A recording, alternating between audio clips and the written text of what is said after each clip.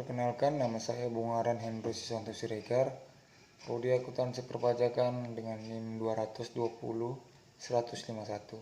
Di sini saya akan menjelaskan tentang sejarah komputer. Sejarah komputer berawal dari abad ke-19 ketika Charles Babbage mencoba untuk mendesain komputer mekanik yang bernama mesin analytical. Desain ini menjadi basis kerangka desain komputer sekarang. Generasi pertama dimulai ketika komputer digunakan dalam akademi dan militer, seperti komputer Atanasoff Berry dibuat pada tahun 1937 untuk menyelesaikan sistem permasalahan linear, dan komputer Colossus. Generasi kedua dimulai ketika transistor menggantikan tabung vakum atau UNIVAC diperkenalkan ke publik tahun 1951 untuk menggunakan komersial. Generasi ketiga dimulai ketika teknologi transistor meningkat menjadi sirkuit terpadu.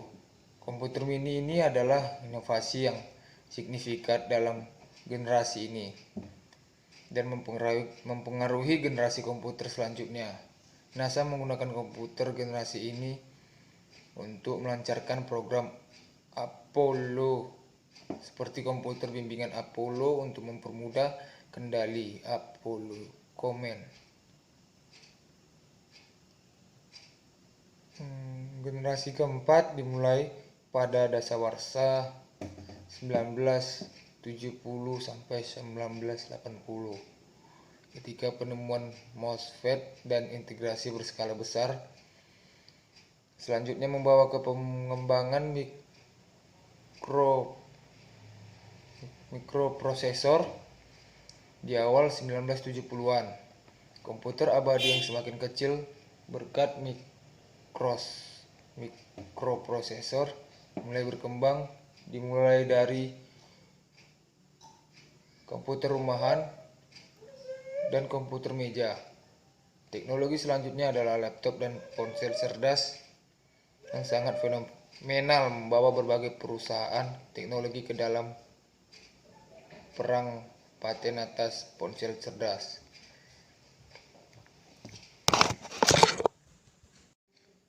Pada awalnya komputer bukan digunakan untuk kepentingan hiburan atau pengiriman email seperti sekarang, tetapi digunakan untuk menghitung kumpulan angka yang rumit. Sekarang kita tahu bahwa teknologi pada genggaman tangan dalam bentuk smartphone berikut sejarah singkatnya. Komputer mulai berkembang atau dikembangkan menggunakan tabung vakum dan keunggulan transistor.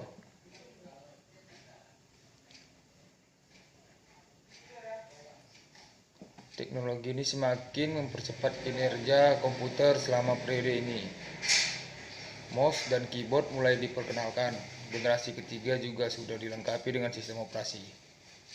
Di periode ini, prosesor mikro mulai diperkenalkan saat ribuan sirkuit terpadu dimasukkan ke dalam sebuah silikon chip yang kecil. Prosesor pertama Intel 404 chip mulai menjadi otak utama di sebuah komputer. Saat periode inilah istilah personal komputer atau PC mulai digunakan. Dengan teknologi yang lebih maju, generasi keempat menjadi tonggak awal pembangunan internet dengan menggunakan tabung vakum.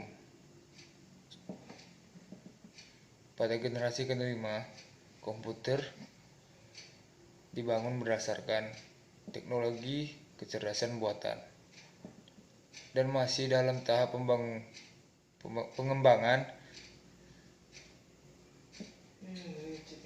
Teknologi yang sudah sering digunakan adalah teknologi pengenal suara, penggunaan pemrosesan paralel dan superkonduktor. Superkonduktor menjadi dasar dari kecerdasan buatan. Tujuan dari komputasi generasi terbaru dalam untuk mengembangkan perangkat yang merespon bahasa manusia. Sekian penjabaran tentang sejarah komputer dari saya. Kurang lebihnya saya mohon maaf. Terima kasih.